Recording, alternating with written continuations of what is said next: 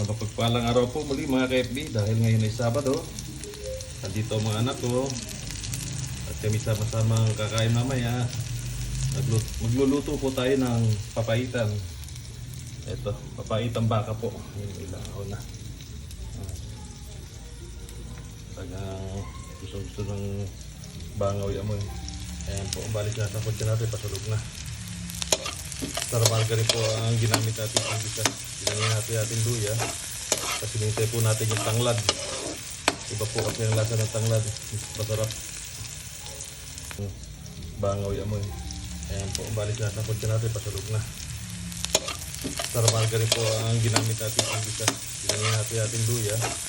Kasi nintay po natin yung tanglad. Iba po kasi ang lasa ng tanglad. Masarap. Dahil isang kotse lang po natin para matanggal ang lansa.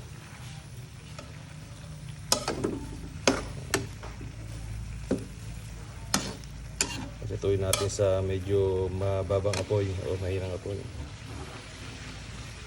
Dahil maglalagay na rin po tayo ng patis para papalasa, para sumunod na rin po. Kasi patis po, sabi ng isang nakilala kong sikat din na vlogger, nakapangalis ng lansa.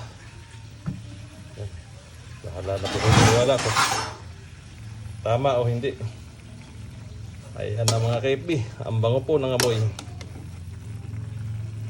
Papaitan. Tama-tama po. Ako po ay may gout. Mataas ang aking uric acid. Bahala na po. Lords, medyo natutuyo na yung pag-isa natin. Balik.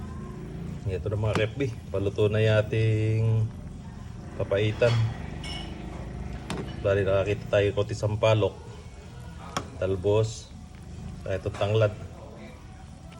Tawag ng tanglad. Iba kasi ang amoy ng tanglad sa papaitan kahit na mayroong luya.